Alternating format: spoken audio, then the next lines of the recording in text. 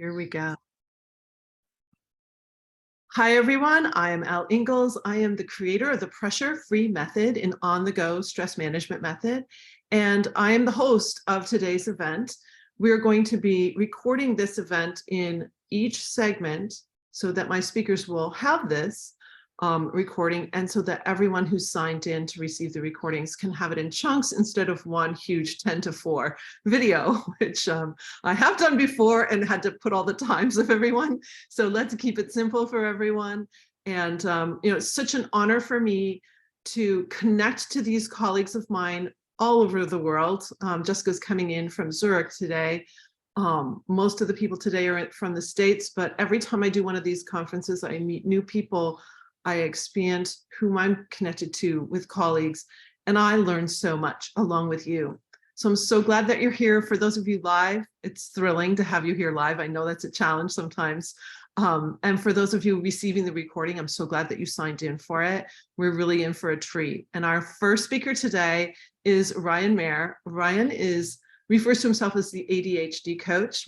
And when we met, I don't know, we just had the most fantastic conversation. So I'm so excited to introduce you to Ryan. And so Ryan, I'd like you to introduce yourself in any way you wish, through story or however you wish. And then we'll just dive in together. And I'm going to spotlight you two here. Thank you. Greetings. I won't even say good morning. Greetings, everyone. So my name is Ryan Mayer. I am here in the United States in tropical Cleveland, Ohio. And I'm so excited to be here. And my background is one, I love that L's system is on the go, because I feel like for so many of us, that's how we are. And that's how I've always felt that I am. And today, one of the things that I want to talk about is for those of us who do have a very busy brain, particularly my specialty is working with others like me who have ADHD, that I help people to experience the power of the pause. And so that's my main goal today, is to help everyone who's here and everyone who listens later to just remember that they're in control. And through my coaching practice, where I work with professionals and entrepreneurs with ADHD and some without, I help them to start believing in themselves again. So beautiful, Ryan. Thank you. So beautiful. And so I'd just love to dive in and have you share how is your content unique? Like, how is your coaching unique? We're at a place in history that's very unique because inclusivity is on the forefront, and specifically neuro-inclusivity. So for me, I've had the opportunity to experience what it's like to not feel like I belong in a group. And that was because of the way, that's why I always wear my mindset glasses, because the way that I see the world was different from the typical folks that were in the corporate arena. And so the mission for me is to help to change the way that the world sees people with ADHD, particularly in the workplace. And the way that my content is unique is that I bring a refreshingly different perspective, and I do so in an entertaining and engaging way. So I'm so humbled and proud to say I have over 500,000 followers on all of my social platforms put together. And the way that I got there was that I was finally myself. So I finally brought my authentic self to the world, and that's what's gotten me the best results, which was totally backwards from how I tried doing it for the first 15 years of my career. That's so good. That's so, I think I'm just going to use this word because it comes up sometimes with my colleagues. I sometimes feel that all of us feel like we're misfit toys. We don't quite fit in, or we're not quite understood. Do you know what I mean? 100%. I was just on one of my group coaching calls that I run yesterday, and one of my clients, what I love about these calls is that I'm always learning too. And he talked about the difference between acceptance and belonging. And wow, that was powerful. I'm getting chills right now, even just saying it. Oh, wait, I got to write that. I got to write that in the chat. That's acceptance. Yeah. So belonging. correct. So acceptance is like, Yeah, we'll allow you to be here. Yes. But belonging is just knowing. Like when you get together with family or the group that we're creating here and that you keep it bringing everyone into, L, we already know we belong. But in the workplace, so many of us that might be a little bit different in whatever way that is, one of the misfit toys, um, we feel like we're trying to always strive for acceptance. And so I try to create that environment. And I'm so glad to be connected with people like you, Elle, and all the other outstanding speakers, because we just know already that we belong. Yeah, that's really powerful. I want to go a little deeper on this idea. Hmm. So, Yeah. so how do we feel? What tools can we use to feel like we're accepting ourselves? I think that's Yes. primary, right? So share a little bit there. Well, in preparation for the call today, I was connected. Like I just had this stroke of insight of last weekend. We had a family movie night. So my wife and I are blessed to have 3 kids under the age of 6. So we have a lot of Disney during our family movie nights. And if anyone hasn't seen the Disney Pixar movie Soul, I would highly recommend it. Um, it wasn't one that I think was like a blockbuster success, but I think it has a lot of really powerful messages in it. And one of them, and I watched the scene earlier, it was a lost soul. And so you see it kind of like it looks like a monster basically. And you hear it mumbling something's going, I gotta make a train, I gotta make a train, I gotta make a train. And they're what is that? And once they pause the monster and like all of the ugly exterior shell falls off, it's like this happy little guy going, I've got to make a trade. I've got to make a trade. And it turns out he's a hedge fund manager who's gotten so lost in his job that he's forgotten like who he actually is. So then I won't spoil what happens, but basically it's just a good reminder of there's so much more to our lives and our experience than what it says in our business card. And so the first step that I work with my clients is, yeah, I'm going to give you all the tips and the tricks and productivity and time blocking and all of that. But first we have to talk about acceptance, total unconditional acceptance of ourselves. Because for so long, and again, this comes from deep inner work myself that's still Right. ongoing, that we keep wanting to be different. And I mean, by different, I mean be the same as everyone else. But I've realized it's okay to be our unique selves. And so I had this image that was in my head about like I was picturing Elle is standing at the starting line of a race, and I'm sprinting past, and she's like, Ryan, where are you going? I say, I don't know, but sorry, I can't stop to talk. I got to go. And then in a little bit, I'm back again. I'm running past. Ryan, where are you going? I don't know, but I'm in a hurry.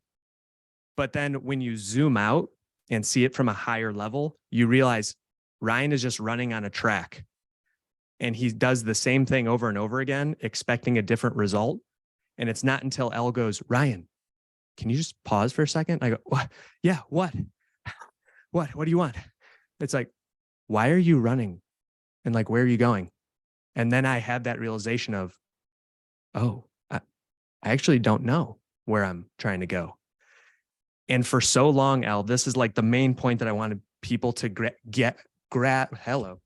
gather and grasp and retain from my session is your performance professionally does not dictate your worth. So performance does not equal worth. So I used to, when I would get a meets most or needs improvement for my performance evaluations in the corporate world, I used to think that that meant I was a needs improvement human being. And it wasn't until after I had my own epiphany of like, wait a minute, they don't actually know me at all. I just didn't fit into their box neurologically and productivity wise. So once I started realizing like, I'm just going to be me and see what happens. That's when I stepped into my potential. Wow. Wow. That is really amazing. And that idea, that self idea I'm just seeing so many threads in my own life like passing through me right now. Yeah. But it starts when you were young. So I started playing violin when I was little, and I often felt like at school, nobody, including my teachers, even had a clue. Like I was in love with Vivaldi and Corelli. Who the heck is that? Right? Back then, nobody even knew the Four Seasons. Okay. So it's like, no, those are my heroes. And I'd write these reports on these musicians, like, and my teachers didn't even know who those people were. Like, Wow. I was so entrenched in a different world. I used to Yes. think, and my son would say this too, I think I'm in the wrong century. Right? So there's so many ways we can kind of feel like we don't belong. I love this so much. So your performance does not dictate your worth. That is the message that we want to come out of here. And the other idea that I hear too is that idea of self-acceptance and unconditional love and support, which is a tenet of my coaching for my clients. And I'm sure everyone that comes on here, same kind of thing. Yeah. And Karen, I just want to jump in and say, Karen nailed it. She says, what we do is not who we are. So that's exactly it. And our past does not equal what's going to happen in the future. Our past performance doesn't define that. Yeah. And you made a huge change and break when you did that.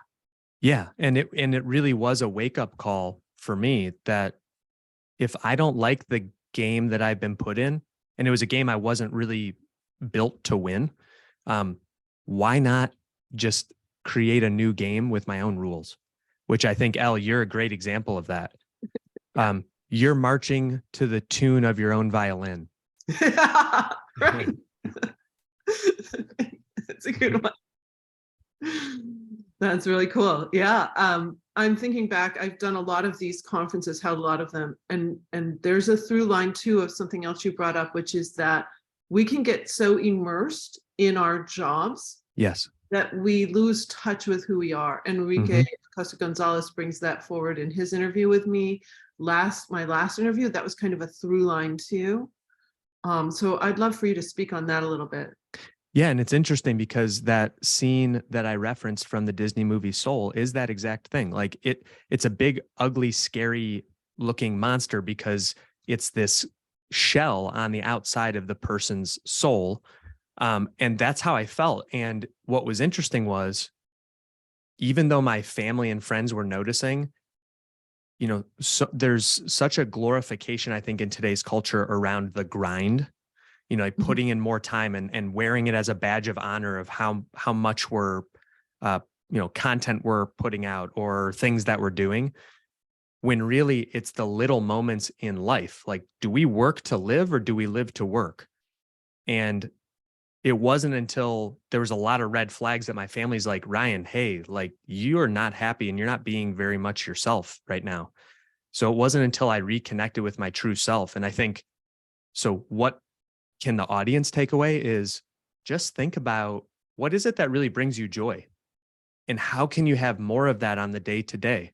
So I can tell you just yesterday, what it was for me is that I get to work from home. I work virtually. And as I mentioned earlier, and in case anyone's just joining, we have 3 kids under the age of 6. So our son just turned 1 and he is starting to walk. So last night, my wife and I were helping him. He hasn't done it just yet, but there's a whole nother lesson, there of like, he keeps falling over. He's holding onto our hand because he's unsure, but he is so close to that breakthrough. And I would say a lot of us are the same way. We keep holding on to what we're sure of and we're a little unsteady, but we realize like once we let go and just let the momentum take us, like we're going to actually make it on our own. That's interesting too. And what is it that we hold on to? Like whom do you trust to actually? Right. Because all right, actually, this is something I thought about too coming in. Previously in my career, I was holding on to what I thought was important, which was like the numbers or the money or the esteem and the praise of, professional success. But yet when I was let go from jobs or there was downsizing, whoosh, that thing goes away. And that support that I had forgotten about all the stuff that was truly important. Now, when that's gone, what happens? I fell on my face. because I had forgotten who I was. Yeah. But that's exactly what I needed to sort of wake me up. Mm-hmm. Stephen writes in, trust is key in performance, which usually winds up being yourself. Oof. And I have a feeling he's got a really good acronym there too. Yeah, I'm sure he does. He's speaking later today. We'll see how that goes. That's great. I love this so much. And I think about this time I was coaching financial managers and nonprofits or executives on financial management. At that point, I was a stay-at-home mom performing again as a violinist, but I had let go of my executive position. So I really didn't have like a job, right? And I'm up there coaching all these people. And one of them asked, so what do you do? And I just said, oh, I'm a stay-at-home mom. And then I said, but what I have here, I built when I was an executive, and I think it might be helpful to you. Mm-hmm. So, it's perfect. But it just blurted out of my face, like, And that's what, when a few months after, like I had just gotten into my coaching practice, I was about 6 months in, and things were really growing at a rapid pace. And my mentor coach, who was, his name is David Gawork. He's the founder of the ADD Coach Academy out of Albany, New York. And he reached out to me and he said, Ryan, I've got to ask you a couple things. One, what are you doing? Because your profile on our directory site is just getting so much traffic. And I said that I'm being my authentic self out on social media, and people are, noticing. And then he said, how do you feel? Like, how is everything going? And this is what was so powerful. And I would invite the audience to kind of think about this question themselves is, I said to him, I'm finally doing work that matters. And up to that point, I could say, Elle, honestly, like the reason why I think I felt so empty from 15 years in the corporate world was because I wrote this note in my notebook. I wasn't doing business. I was doing busyness. So I would check all the boxes just because that's what I was supposed to do. Like update the prospects in your pipeline in Salesforce. But like there was no human interaction. It was just I was doing the thing because that's what I was supposed to do. Whereas now, just like you're doing, I'm having these deep, meaningful, authentic conversations and leaning into vulnerability. And it's just so beautiful. So I told them, and I was like you said, it just poured out of my mouth. And I said, I'm finally doing work that matters. And that just feels so good. It makes all the difference. And, if you are, let's say you run a CRM, because I did for the symphony, like every one of those people that was on my database, it's a human being. Yes. And I'm connecting them to music. Mm. And so in order for that work to be meaningful for me, I went there. I went like, how can you make whatever your work is meaningful? In fact, my husband has a little quote. He says, doesn't really matter what you do. Who are you while you're doing it? Wow. Which kind of flips that a little bit, but because sometimes we have to work a job that we might feel, does this really matter? To someone it matters, to someone, they're getting their health care because you're the little person putting in their information. Sure. And I always knew that there was some sort of value to what I was doing, but still it wasn't filling up, the emotional tank at all for me. Yeah. Whereas now every single call I'm on, and that's the other thing too, when you're blazing your own trail, you get to choose how you invest your time and who you surround yourself with. Mm-hmm. So even though I don't know everyone personally on the call, even though I know one of my clients who I just see logged in, so I'm so happy to see him joining, but just knowing that the people around us are our people. Like, when they say you're good people, like you're my kind of people. And it's like, yeah, I can tell in this group. And that's the key, is like getting to choose who you want to influence your life. I don't know what's happening, but as you're speaking, I'm actually crying. Like I'm trying not to cry, right? Elle, it's okay. This is a safe space. I know. It's totally pressure-free, everybody. Right? Yeah, it's pressure-free. It's like you're just hitting on things that are so important. And I just typed in the busyness versus busyness. Like since I created my method and used it on myself, I never feel busy. But I'm doing like 10 times more than I ever did. I'm flying here, I'm going to St. Louis, I'm doing this, I'm going all over the place. And I remember my mother-in-law, before she passed away, she was like, "You're so busy." I go, "Hon, I'm not busy at all, Mm. because I'm in the thing." It's Jeff wrote congruency, like congruency. Yes. I'm from Concord, New Hampshire, so I got congruency. Okay. Like, It's just a different emphasis. It's fine. actually, and I looked it up because I'm like, am I really saying it wrong? You can say it both ways. So that was kind Oh, okay, good, nice. so, so it's funny how that that's what's important. And that gets back to what you started with today, was that authenticity, that you're authentically doing what you're meant to on the planet. It's okay. I get choked up talking about it too. I got a long day here. I'm going to I know. Make sure you're hydrating. Make sure you're hydrating. But yes, while you're hydrating, I'll just say that these kind of opportunities are so special to me, because we never know who might be listening. Like during that same group call yesterday, one of the clients on the call told another client on the call, she said, "Hey, I was bragging about you to my mom yesterday." And so that's why I'm so grateful that you bring us all together, Elle, because whether it's the folks that are on the call right now or later on when someone listens to this recording, if it can help one person, I mean, this is just such a massive ripple effect, and it could inspire someone, someone's child or someone's neighbor. We never know. So as long as we're putting those good vibes out, like, it's bound to come back. Yeah, absolutely. Absolutely. Touching one person. I gave a seminar once. It was an ice storm. Only one person came. So I gave them a 2-hour private coaching session. Right? Incredible. Now that person hired me to do a speaking event that then led me to another woman. First she had me coach her son. Like, it was like a ripple effect, like crazy. Now I've spoken to that group twice because they wanted me back a second time. Like, it's just crazy what starts to happen. But if I didn't go all in with the one person, exactly, that's a really important point to put here. Like, are you really present with the people you're with? One client that just popped into my mind is a success story that I'm so proud of. Like, many times he's the only one that will come to some of the group coaching calls, and I just bring it every time. He is making such massive changes. He's out there. He's totally transforming his life through his health. He's taking more steps than he has in years. He's just a great dad. He's supporting his family. He's there with his daughter at her dance recitals. So it's like so beautiful to see that. And just to be able to play one small part in that is really special for me. So it's not hard for me to bring the A game, regardless of if it's a live broadcast or one-on-one or anything. Yeah. And Kathy says, being present, it's a true gift. And that's why I say, like, when I am with you, you are my world.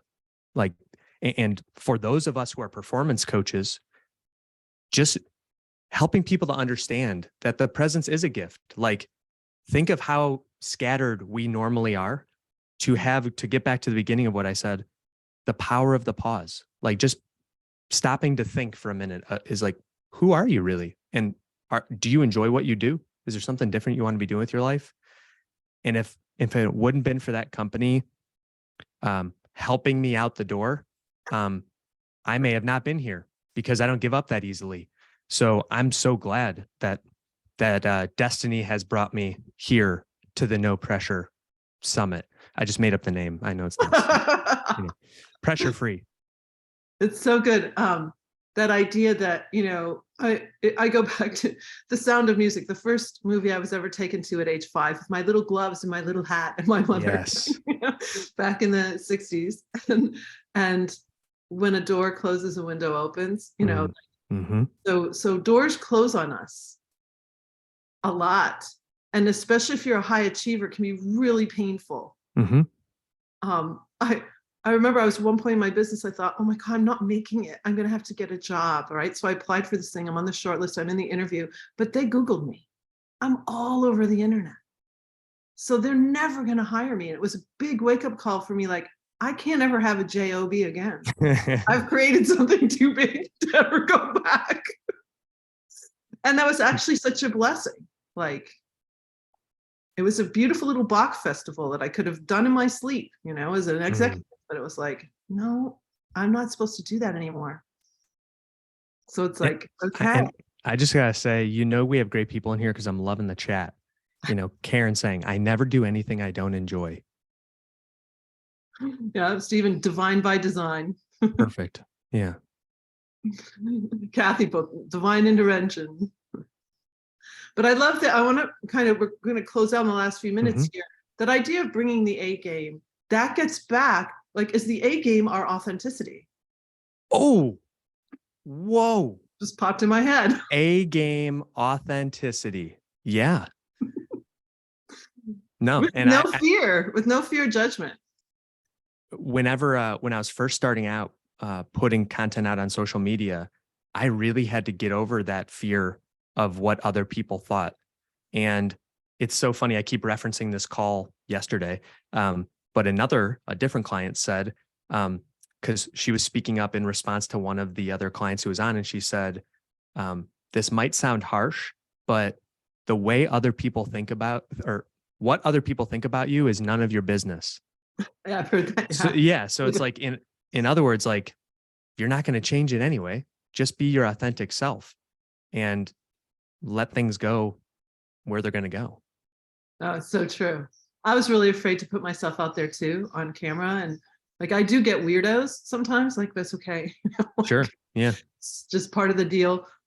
So I feel you there. It's for sure. So can you share, like, so you coach people in groups, but you also coach people one-on-one. Can you just share like what your practice is about so people have good ideas, so if they know someone who needs you? Of course. No, thank you for giving me that chance. So yeah, my practice is 100% virtual. So if anyone is struggling, especially with ADHD, I have been there. And that's one of the things that makes me so effective is I live this challenge every single day. So I coach people one-on-one all over the world, and group coaching. And then the one thing I wanted to bring just as a gift to offer to the community too, is what we're doing here, this ripple effect, I'm always thinking, how can I help more people more often? Because to our point earlier, like, there's only one of me, there's only one of us. So if we can help each other.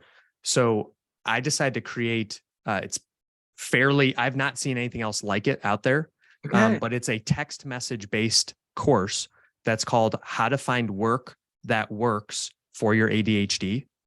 So I'm going to provide the link in the chat.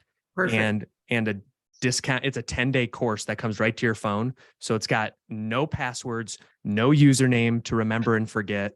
None of that, because as you can imagine with my audience, Elle, sometimes forgetting passwords can be a hurdle that's more like a wall. Yeah. So it's normally $100, but I have a 30% off coupon code for everybody who's interested. But yeah, you can find me on social media at ADHD Coach Ryan. But I would love to connect with some of my fellow speakers and anyone who's hearing the recording to see what I can do to help elevate and spread the word about what all of you are doing too. And for those of you live, after this event, I will take all those recordings and all the links to everyone, and you will get that. So you'll have access to everyone who's speaking today. So thank you so much, Ryan. That was totally amazing. And I can't believe you made me cry. So, so we're starting out the day really well, really powerfully. Hey, I brought the authentic A game, and I appreciate you giving the space. So I'm happy I was able to be a good leadoff hitter. You were. Yeah. We were joking that we're going to end with Val Whiting, who's a WNBA star, so we're, and he used to be a leadoff hitter with baseball. So it's beautiful. I love it so much. And so I'm going to pause this recording now, and we will be moving to the next one. So thank you so much, Ryan. You're welcome. I love all of you. I love you, and have a great day.